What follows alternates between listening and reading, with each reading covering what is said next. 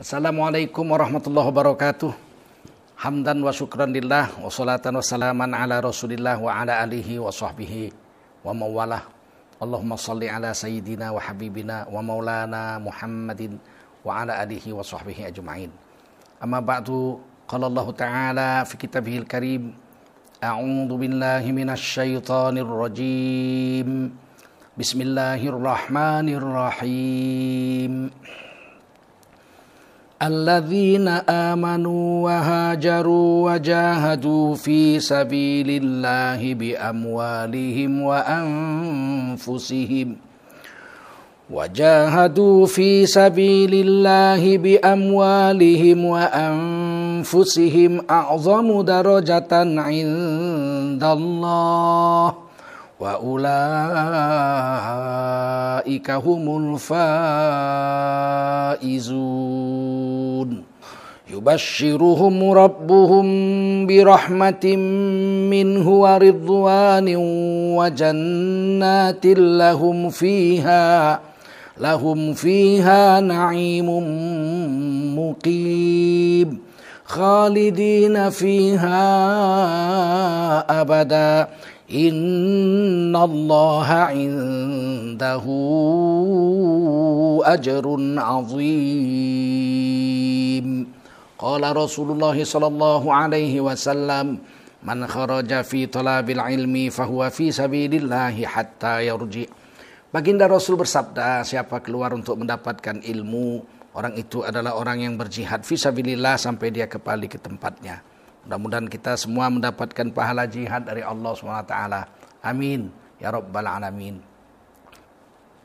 Wajiblah kita bersyukur kepada Allah SWT.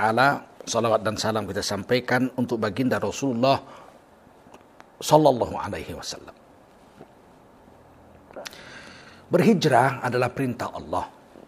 Pada zaman dahulu kala, di zaman Rasulullah SAW masih mendapatkan tekanan-tekanan dari kaum Quraisy yang kafir kepada Allah SWT, maka Nabi diperintahkan Allah untuk hijrah, meninggalkan kampung halaman tercinta Mekah untuk mencari tempat yang lebih baik dalam rangka mengembangkan agama Islam yang dicintai Allah ini. Nabi mencoba berhijrah ke Taif, sekitar 150 km dari kota Makkah. Beliau didampingi oleh anak angkat beliau Zaid bin Harithah radhiyallahu anhu. Apa yang terjadi? Beliau di sana ditolak mentah-mentah, dilempari batu oleh anak-anak muda di sana sampai kaki beliau berdarah-darah. Beliau pun meninggalkan Taif, pergi kembali ke Madinah. Di tengah jalan beliau istirahat di sebuah kebun anggur milik kafir Quraisy juga, Rabi'ah dengan Syaibah. Di situ beliau beristirahat. Melihat ini tergetar hati Syaibah yang memiliki kebun ini. Maka dia memberikan air minum, air jernih, air putih, air bersih, dan makan. Dipetiknya beberapa buah anggur. Kemudian dia perintahkan pembantunya, namanya Adas, seorang penganut Nasrani dari Irak. Maka kemudian dia katakan kepada Adas, Adas, berikan orang dua itu minum dan berikan anggur ini kepadanya, tapi dengan syarat kamu jangan bicara apapun kepadanya. Dia itu orang jahat, tukang sihir.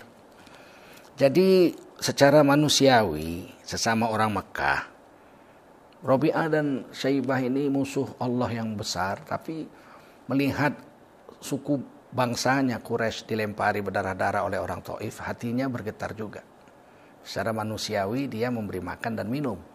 Meskipun secara keagamaan dia tetap menolak Rasulullah SAW. Musuh karena mau mengajarkan menyembah la ilaha illallah, menyembah hanya Allah. Sementara mereka ini orang-orang kafir Quraisy percaya bahwa Tuhan itu banyak. Syarikatnya bahkan sampai 360 Tuhan. Ada Hubal, ada Lata, Uzza, Isaf, dan lain-lain. Maka kemudian Adas pun datanglah mengantarkan minum itu kepada baginda Rasulullah SAW dan anak angkat beliau Sayyidina Zaid bin Harithah radhiyallahu anhu. Dia tidak bicara apa-apa, sesuai dengan pesan majikannya. Tiba-tiba Rasulullah waktu memakan anggur dan meminum air itu, Rasulullah membaca bismillah. Bismillah. Terpana Adas. Maka Adas kemudian bertanya, kamu siapa kok baca bismillah? Kata Nabi, ada apa? Saya baca bismillah, ada apa? Dengan nama Allah saya makan minum ini, ada apa? Orang Quraisy tidak ada yang baca bismillah. Mereka bukan penyembah Allah. Mereka orang-orang musyrik. Dari mana kamu tahu bismillah? Maka baginda Rasulullah SAW menjawab, saya Nabi, anak Nabi, aku Nabi. Kamu dari mana? Maka Adas menjawab, saya dari Irak, dari kampung Nawaweh. Ya, itu kampungnya Nabi Yunus alaihissalam, kata Nabi. Terkejut ini Adas. Itu kampungnya Nabi Yunus alaihissalam, Yunus bin Matta. Kembali Adas bertanya, dari mana kau tahu kisah tentang Nabi Yunus bin Matta? Orang Quraisy tidak ada yang tahu. Kata Nabi, saya Nabi. Adalah Yunus bin Matta itu saudara saya, sama-sama Nabi.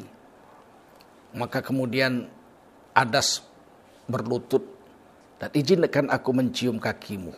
Maka Sayyidina Adas pun mencium kaki Nabi dan mengakui bahwa Rasulullah adalah seorang Rasul. Pada saat itu Rabi'ah dengan Saibah terkejut. Aduh, udah kena sihir ini orang. Sudah sujud pula mencium kaki Nabi. Maka ketika Adas kembali dia marah. Kan sudah kukatakan kau jangan bicara-bicara sama dia. Dia itu tukang sihir. Kamu sudah kena sihir.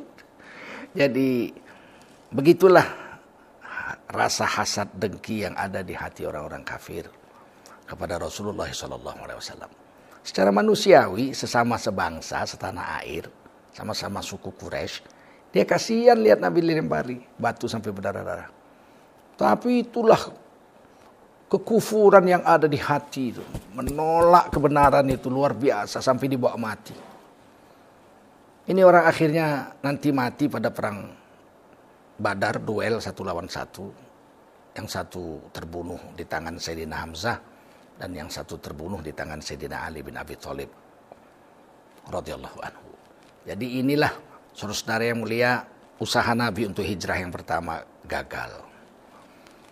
Pada saat Nabi mau kembali ke Mekah, datanglah malaikat menawarkan kepada Nabi untuk mengkiamatkan Taif.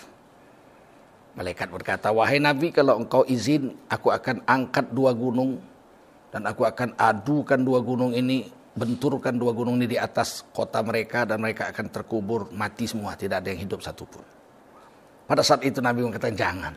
Nabi mengangkat tangan. Allahumma hdi qaumi innahum la ya'lamun. Ya Allah, berilah petunjuk atas kaumku. Sesungguhnya mereka tidak tahu. Sesungguhnya mereka tidak tahu bahwa aku datang membawa hidayah, membawa agama yang hak. Mereka melempari. Maka Nabi menolak tawaran malaikat gunung ini untuk menghancurkan Taif dan mengkiamatkannya. Mereka mungkin tidak Islam, kata Nabi. Tapi saya berharap anak cucu mereka, anak cucu cicit mereka nanti, zuriat mereka akan masuk ke dalam Islam. Alhamdulillah sekarang ini 100% penduduk Taif Islam semua. Dan saya beberapa kali pergi ke Taif, dalam perjalanan umroh saya pergi ke sana. Dan saya pernah bertemu dengan kepala suku Badui yang ada di Taif. Dan Alhamdulillah pada tahun 2017, ketika saya diundang untuk berhaji oleh Raja Saudi atas bantuan Syekh Khalid, maka saya bertemu dengan kepala suku di sana, dosen Universitas Ummul Qura. Dan saya mendapatkan hadiah sebuah gantang.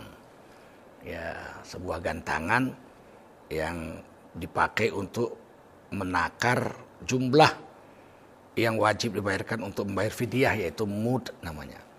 Dan di mud itu dipahatkan nama-nama sanadnya dari mulai kepala suku ini sampai kepada Sayyidina Zaid bin Harithah radhiyallahu anhu yang telah mengawani Nabi waktu hijrah ke Taif itu.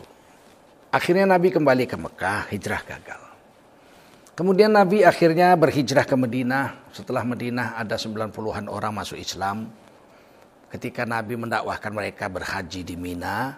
Dan juga diislamkan oleh Sayyidina Mus'haf bin Umair radhiyallahu anhu yang telah diutuskan Rasulullah SAW lebih dulu pergi ke Madinah.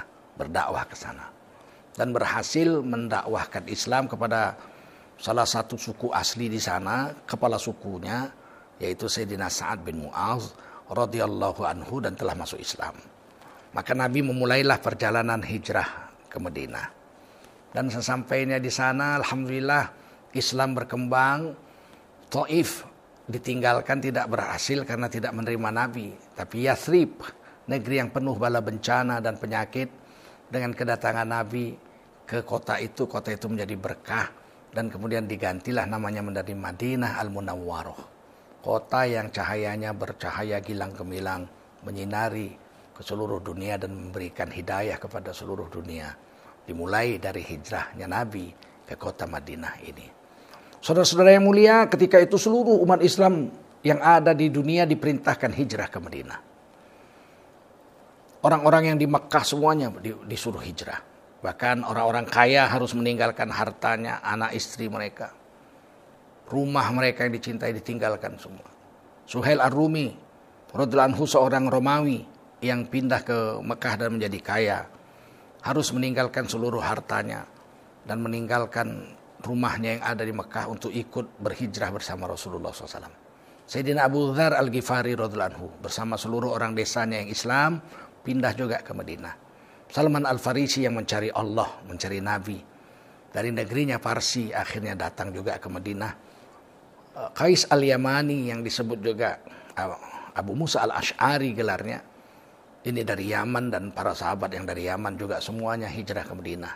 Termasuk Sayyidina Abu Hurairah radhiyallahu anhu. Semuanya meninggalkan kampung halamannya untuk berhijrah ke Madinah. Tetapi setelah kota Makkah dikuasai oleh Islam, kata Nabi, la hijrata ba'dal fath. Tidak ada lagi hijrah setelah Makkah dikuasai oleh kaum muslimin. Maka setelah itu hijrah tidak lagi bermanfaat di sisi Allah SWT sebagaimana hijrahnya para sahabat di zaman Rasulullah dulu ke kota Madinah. Seandainya Bapak Ibu sekarang ini punya uang, punya rumah, dijual rumah di luar, dijual ladang, bawa uang banyak-banyak pindah ke Madinah, tidak lagi mendapatkan pahala hijrah sebagaimana yang telah diperintahkan Allah kepada para sahabat dan kepada Rasulullah SAW. Hijrah yang ada yang akan berlaku sampai hari kiamat adalah hijrah minal zulumati ilan nur, daripada kegelapan jahiliyah kepada cahaya terang benderangnya Islam. Hijrah daripada minal batil ilal haq, daripada perbuatan yang batil kepada yang hak. Ini masih mendapatkan pahala hijrah. Hijrah daripada kemungkaran kepada kesolehan, ini masih diberikan pahala hijrah oleh Allah Subhanahu wa taala. Tidak main-main. Dan oleh karena itulah kita harus tetap terus berupaya untuk hijrah dari kegelapan jahiliyah kepada terangnya iman. Daripada hal-hal yang maksiat kepada hal-hal yang soleh. Daripada hal-hal yang batil, yang salah menurut agama. Berhijrah kepada hal-hal yang hak, yang benar menurut agama. Oleh karena itu, mari kita simak ayat yang saya bacakan di awal tadi. Allah SWT berfirman, alladzina amanu, mereka yang beriman. Alhamdulillah kita diberi iman oleh Allah. Tidak bisa setetes iman dibayar dengan seluruh alam jagat raya semesta ini. Karena seluruh semesta alam ini akan dikiamatkan, Allah hilang tanpa bekas. Tapi satu tetes iman yang diberikan Allah kepada kita ini akan bermanfaat sampai hari kiamat dan membawa kita ke surga Allah Subhanahu wa taala. Seandainya kita punya dosa sebesar gunung, bahkan sebanyak bintang di langit, tapi kita punya iman, suatu hari nanti kita akan dikeluarkan dari neraka dan akan dimasukkan juga ke dalam surga sebab iman kita. Tetapi kita tentu tidak mau menjadi orang beriman yang masuk neraka lebih dulu. Kita mau masuk surga tanpa masuk neraka. Kita masuk surga sebagai orang-orang yang diselamatkan dari neraka. Faman zuhziha 'anil nar, barang siapa di hari kiamat diselamatkan dari neraka. Wa udkhilal jannata faqad faz, dan dimasukkan ke surga tanpa melalui neraka, ini orang telah sukses kata Allah, telah berhasil, telah berjaya kata orang Melayu, telah selamat. Ini yang kita harapkan. Oleh karena itulah di dalam ayat ini tidak sekedar beriman. Allah menyinggungi alladzina amanu, dan mereka yang beriman, wahajaru, mereka hijrah, pindah dari yang batil kepada yang hak. Kalau kemarin masih main judi, hari ini berhenti dan tidak main judi lagi sampai hari kiamat, sampai mati. Begitu. Kalau hari ini masih mau mabuk, minum wine, minum tua, minum kamput kata orang Medan, minum alkohol, besok kita tobat tidak mau lagi minum sampai hari kiamat, sampai kita mati. Begitu. Kalau ini hari masih makan riba, maka besok terbit matahari semua uang kita pindah ke bank syariah. Kita tidak mau lagi makan riba. Ini hijrah. Seringan-ringan makan riba seperti berzina dengan ibu kandung sendiri. Itu hadis Sahih Muslim. Hijrah. Ambil uang kita semua, pindahkan ke bank syariah. Begitu. Pindah. Kalau kemarin masih berzina, hari ini kita tobat, besok nikah dengan halal. Tundukkan mata dari wanita lain kecuali istri. Masya Allah. Orang-orang yang beriman, alladzina amanu wahajaru, dan hijrah mereka itu.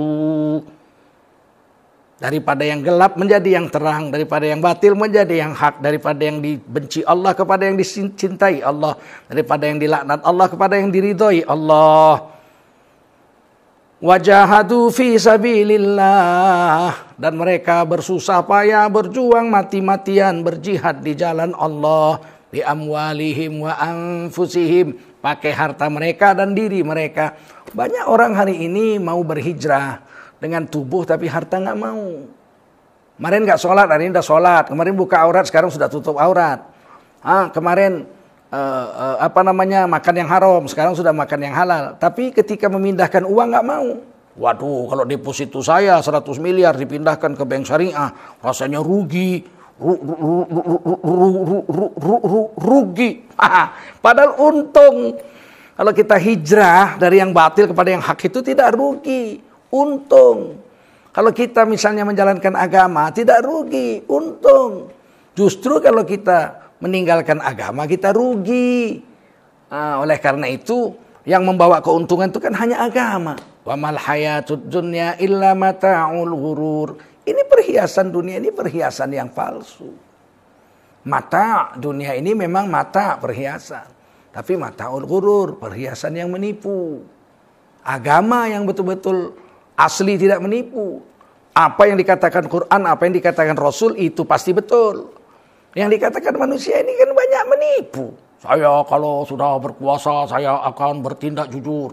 Ternyata menipu. Saya akan jujur, mana saya tidak akan janji palsu. Ternyata janji palsu, payah berat. Gara-gara dunia aja itu. Oleh karena itu, setelah beriman mau hijrah, ya kita hajaru, mereka hijrah, mereka pindah dari yang gelap kepada yang terang. Wajahadu fi sabilillahi bi amwalihim wa anfusihim, mereka bersusah payah berjuang pakai harta dan diri mereka. Jadi orang yang hijrah itu memang susah payah. Mana ada hijrah itu tidak susah payah. Berjihad itu. Karena melawan nafsu. Kemarin joget-joget, hari ini nggak joget lagi. Itu kan susah itu.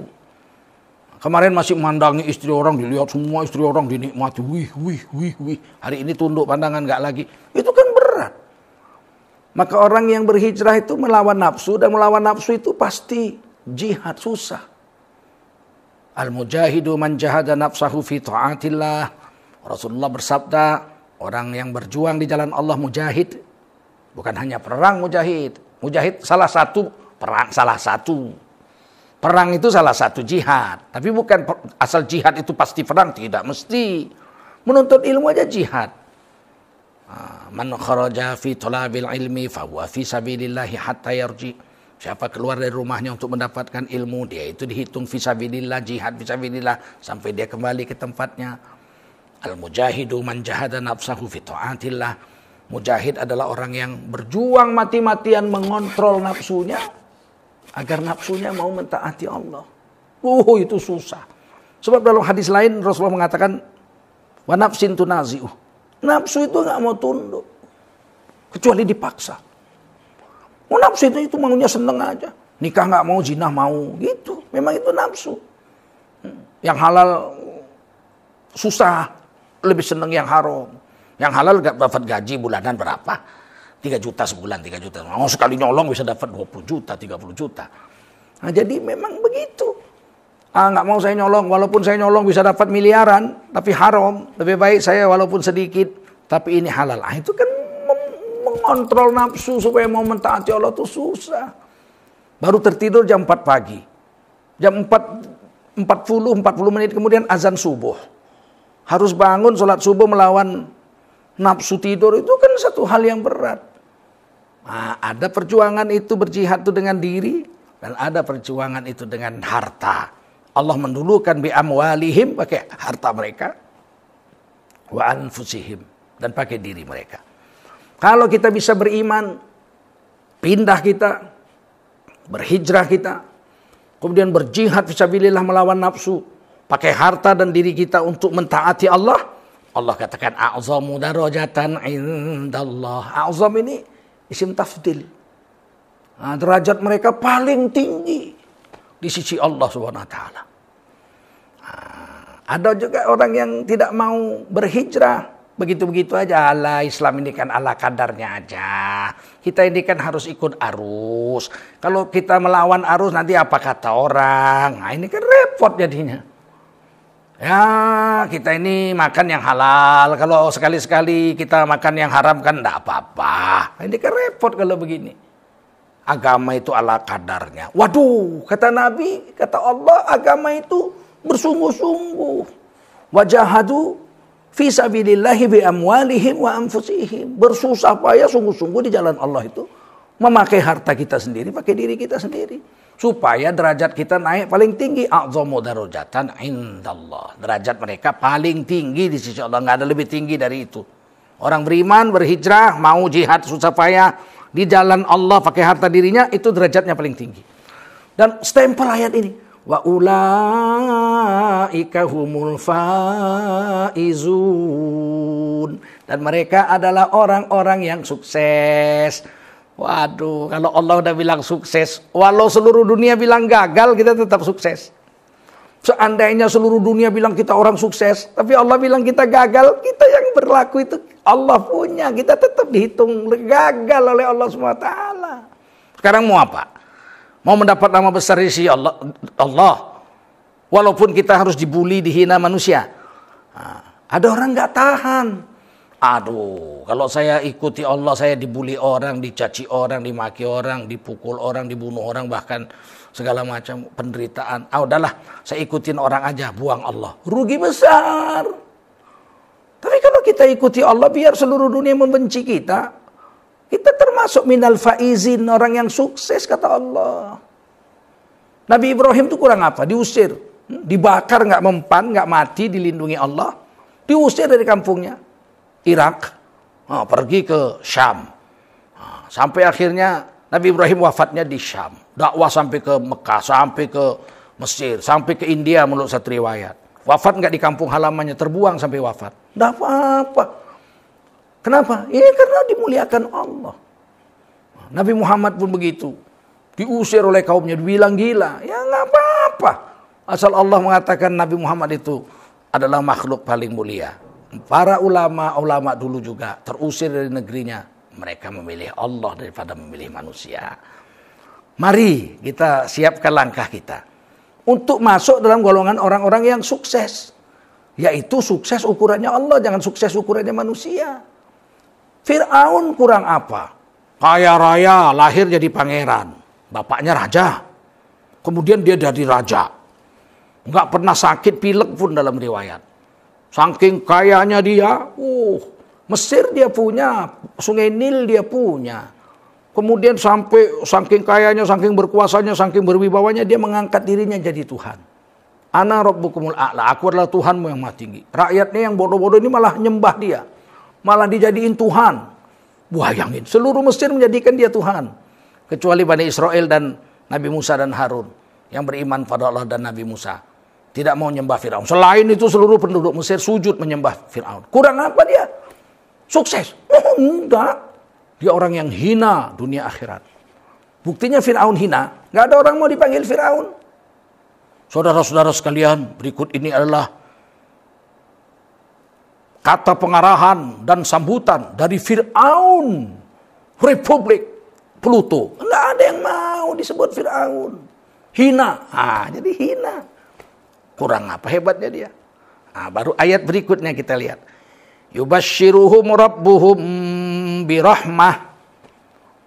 Kepada mereka, Tuhan mereka memberikan kepada mereka kasih sayang. Kita dapat rahmat.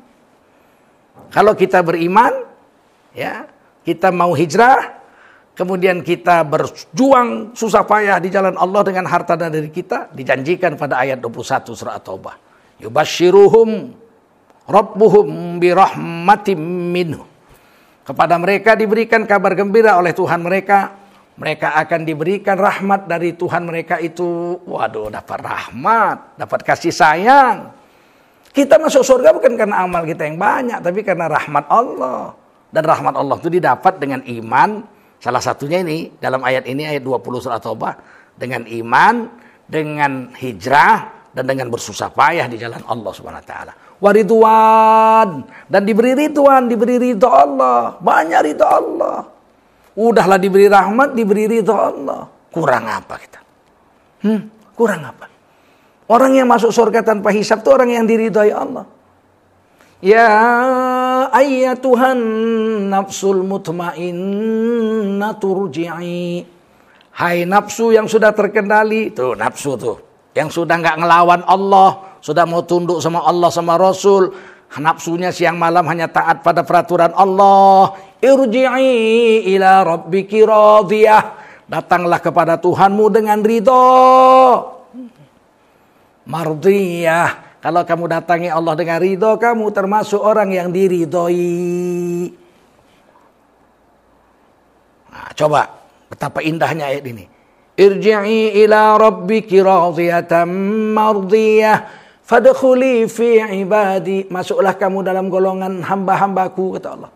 Wadkhuli jannati, dan masuklah kamu ke surgaku. Enggak lewat neraka, enggak singgah dulu di neraka. Kalau kita mendapat ridha Allah. Di ayat ini, orang yang beriman, berhijrah, mau susah payah membela agama sampai matinya, pakai harta dan dirinya, diberi kabar gembira oleh Tuhan mereka, mendapat rahmat dari Tuhan mereka, yaitu Allah, waridwan, dan mendapatkan ridho Allah Subhanahu wa taala. Wa jannatil lahum fiha na'imum muqim, dan mereka mendapatkan surga. Di dalam surga itu mereka kekal selama-lamanya, mendapatkan satu tempat yang sangat indah dan lezat, yang nikmat untuk dinikmati. Masya Allah. Khalidina fiha abada. Mereka kekal di dalam surga itu selama-lamanya. Wa innallaha indah, dan sesungguhnya Allah, ini ayat 21 ya. Kita lihat ayat 21-nya. Sesungguhnya di sisi Allah itu, innallaha indahu ajrun azim. Sesungguhnya di sisi Allah itu terdapat ganjaran yang agung, pahala yang sangat besar. Aduh, apalagi yang mau kita cari hidup di dunia ini. Mudah-mudahan apa yang kita dengar pada hari ini ya dapat membuat kita yakin dengan hijrah ini. Perih, pedih, sakit, hinaan-hinaan orang ketika kita berhijrah mestinya membuat kita semakin semangat untuk meraih rahmat Allah, ridha Allah, dan surga Allah Subhanahu wa taala. Saya Tengku Zulkarnain undur diri dan mengucapkan terima kasih.